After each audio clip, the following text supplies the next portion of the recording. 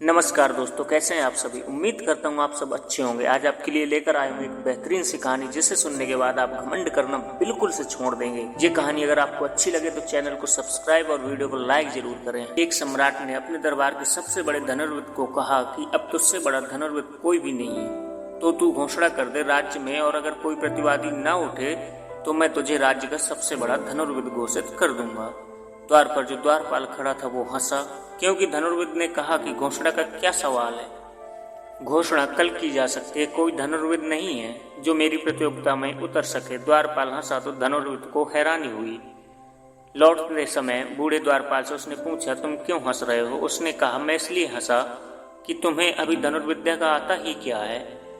एक आदमी को मैं जानता हूँ, तुम पहले उससे मिल लो, फिर पीछे घोषणा करना। पर उस धनुर्विद ने कहा कि ऐसा आदमी हो कैसे सकता है जिसका मुझे पता न हो, मैं इतना बड़ा धनुर्विद हूँ। उस द्वारपाल ने कहा कि जो तुझसे भी बड़ा धनुर्विद है उसका किसी को भी पता नहीं होगा। ये पता करने और कराने की जो चेष्टा, ये सब छोटे मन का खेल है। तुम रुको, जल्दबाजी मत करना, मुसीबत में पड़ जाओगे। मैं उस आदमी का पता तुम्हें दे देता हूँ, तुम वहां चले जाओ। वो धनुर्विद उस आदमी का पता लगाते हुए गया। एक जंगल की तलहटी में वो आदमी रहता था। वह धनुर्विद 3 दिन उसके पास रहा, तब उसे पता चला कि अभी तो यात्रा धनुर्विद्या की शुरू भी नहीं हुई। 3 साल उस आदमी के चरणों में बैठकर उस धनुर्विद ने धनुर्विद्या सीखी, लेकिन तब मन ही मन में उसे डर भी लगने लगा। अब उसके भीतर पुराना आश्वासन न रहा कि मुझसे बड़ा धनुर्विद कोई नहीं है। यह असाधारण सा आदमी लकड़ियां बेचता था गांव में। यह इतना बड़ा धनुर्विद कैसे हो सकता है, इसके बावजूद किसी को खबर भी नहीं थी। पता नहीं कितने और छिपे हुए लोग हों, लेकिन 3 वर्ष उसके पास रहने के बाद उसका आश्वासन लौट सा आया था। वह लकड़हारा धनुर्विद अद्भुत था। उसके हाथ में कोई भी चीज जाकर तीर बन जाती थी। वो लकड़ी का टुकड़ा भी फेंक दे तो तीर हो जाता था। वह इतना कुशल था कि लकड़ी के एक छोटे से टुकड़े को फेंक कर किसी के भी प्राण ले सकता था। वो चोट ऐसी बारीक और ऐसी सूक्ष्म जगह पर पड़ती थी कि उसकी चोट काफी थी। खून की एक बूंद न गिरे और आदमी मर जाए। 3 वर्ष में उसने सब सीख लिया। तब उसे लगा कि अब मैं घोषणा कर सकता हूँ। लेकिन अब उसे केवल एक ही कठिनाई थी कि जो गुरु था उसके रहते मैं चाहे घोषणा कर भी दूं, और यह गुरु ऐसा नहीं है कि प्रतिवाद करने आएगा, लेकिन इसकी मौजूदगी मेरे मन में तो बनी रहेगी कि मैं नंबर 2 हूँ। तो उसने सोचा, इसको खत्म करके ही चलूं। सुबह लकड़ी काटकर गुरु लौट रहा था। एक वृक्ष की आड़ में छिपकर उसके शिष्य ने तीर मारा। गुरु तो चुपचाप लकड़ियां काट रहा था, उसके हाथ में कुछ था भी नहीं। तीर उसने आते देखा। उसने लकड़ी के बंडल से एक छोटी सी लकड़ी निकालकर तीर की तरफ फेंकी। वो लकड़ी का टुकड़ा तीर से टकराया और तीर वापस लौट पड़ा और जाकर शिष्य की छाती में लग गया।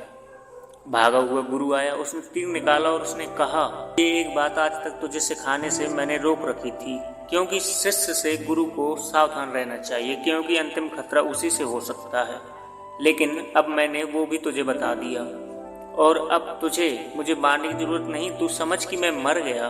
तू अब जा सकता है। मैं एक लकड़हारा हूँ और अब धनुर्विद्या मैंने छोड़ दी आज से। लेकिन जाने से पहले ध्यान रखना, मेरा गुरु अभी भी जीवित है और मेरे पास तो 3 साल में सीख लेना काफी है। उनके पास 30 जन्म भी कम होंगे। तू घोषणा करे उसके पहले दर्शन कम से कम कर ही लेना। उस धनुर्विद के प्राणों पर तो निराशाशील जाग उठी थी। प्रथम धनुर्विद होना असंभव मालूम होता है। उस धनुर्विद ने अपने गुरु से पूछा, कहाँ है आपका गुरु और उसकी खूबी क्या, क्योंकि आपको देखने के बाद अब कल्पना में भी नहीं आता कि और ज्यादा खूबी क्या हो सकती है। गुरु ने कहा, अभी भी मुझे लकड़ी का एक टुकड़ा तो फेंकना ही पड़ा। इतनी भी आवाज, इतनी भी चेष्टा, इतनी भी वस्तु का उपयोग, मेरी धनुर्विद्या की कमी है।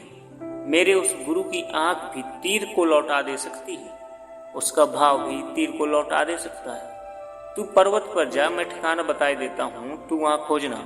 उस धनुर्विद ने पर्वत की यात्रा की और उसकी सारी महत्वाकांक्षाएं धूल दूषित हो गई, क्योंकि उस पर्वत पर सिवाय एक बूढ़े आदमी के कोई भी नहीं था, जिसकी कमर झुकी हुई थी। उसने उस बूढ़े आदमी से पूछा कि मैंने सुना है यहाँ पर कोई एक बहुत प्रख्यात धनुर्विद रहता है। मैं उनके दर्शन करने आया हूँ और धनुर्विद्या सीखने आया हूँ। उस बूढ़े आदमी ने युवक की तरफ देखा और कहा, जिसकी तुम खोज करने आए हो वो मैं ही हूँ। लेकिन अगर तुम धनुर्विद्या सीखना चाहते हो तो गले में धनुष क्यों टांग रखा है? उस आदमी ने कहा, धनुष क्यों टांग रखा है, क्या मतलब है? धनुर्विद्या धनुष के बिना सीखी कैसे जा सकती है? तो उस बूढ़े आदमी का जवाब, तो धनुष की कोई जरूरत नहीं रहती, ये तो जरूरत तभी तक है जब तक विद्या नहीं आती। बिल्कुल उसी प्रकार से जब संगीत पूरा हो जाता है तो संगीतज्ञ वीणा को तोड़ देता है, क्योंकि वीणा तब बाधा बन जाती है। अब अगर अभी भी वीणा की जरूरत है तो इसका मतलब है संगीतज्ञ का भरोसा अपने पर अभी नहीं आया, अभी संगीत आत्मा से नहीं उठता, अभी किसी साधन की जरूरत है, तब साध्य पूरा हो जाता है। फिर भी तू आ गया तो ठीक है, तू सोचता है तेरे निशाना अचूक है। उस धनुर्विद ने कहा, बिल्कुल अचूक, 100 में 100 निशाने मेरे लगते हैं, अब इससे ज्यादा और क्या हो सकता है? सीमा आ गई। अगर 100% निशाने लगाते हो और एक निशाना न चुकता हो तो इससे आगे क्या हो सकता है? धनुर्विद की इस बात पर बूढ़ा हंसा। उसने कहा, ये तो सब बच्चों का खेल है, प्रतिशत का हिसाब बच्चों का खेल है, तुम मेरे साथ आ। फिर वह बूढ़ा उसे पर्वत के किनारे पर ले गया, जहां नीचे कई 100 फुट गहरा गड्ढा था। और वो बूढ़ा सड़क के चल के, जिसकी आधी कमर झुकी हुई है, जाकर उस पत्थर के बिल्कुल किनारे पर खड़ा हो गया। उसका आधा पैर का पंजा गड्ढे में झुक गया, सिर्फ आधे पैर के बल वो उस गड्ढे पर खड़ा हो गया। जहां एक सांस चूक जाए तो सदा के लिए उन पर्वतों में खो जाए। इससे उस धनुर्विद को कहा कि अब तू भी आ करीब और ठीक ऐसे ही मेरे पास खड़ा हो जा। उस धनुर्विद ने कहा, मेरी हिम्मत नहीं पड़ती, हाथ पैर कांपते हैं। उस बूढ़े ने कहा, जब हाथ पैर कांपते हैं तो निशाना साधा हुआ कैसे हो सकता है? अगर हाथ कांपता है तो तीर तो हाथ से ही छूट जाएगा, तो तीर का निशाना चूक सकता है।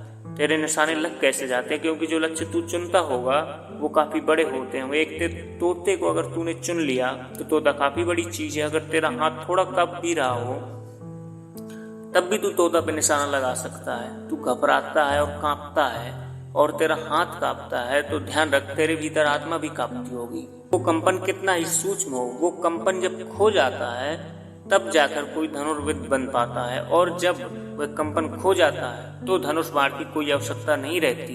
तभी उस बूढ़े ने आंखें ऊपर उठाई। ऊपर एक पक्षियों की कतार जा रही थी। उस बूढ़े के आंख के ऊपर करके नीचे करते ही उन पक्षियों की कतार नीचे आ गिरी। उस बूढ़े ने कहा कि यह ख्याल, जब आत्मा कंपति न हो कि नीचे गिर जाओ, काफी है। यह भाव आपकी तीर बन जाते हैं। उस बूढ़े व्यक्ति से मिलने के बाद उस धनुर्विद का अहंकार चकनाचूर हो गया और वह समझ गया कि खुद को महान धनुर्विद कहना मूर्खता होगी। यह एक लाओ त्सियन कहानी है और लाओ त्से कहते हैं कि कुशल धावक पग चिन्ह नहीं छोड़ता जो दौड़ने में कुशल है, लेकिन अगर उसके पग चिन्ह बन जाते हैं तो कुशलता की कमी है। कहानी आपको कैसी लगी हमें कमेंट करके बताएं। अगर कहानी अच्छी लगी है तो वीडियो को शेयर और चैनल को सब्सक्राइब जरूर कर दें।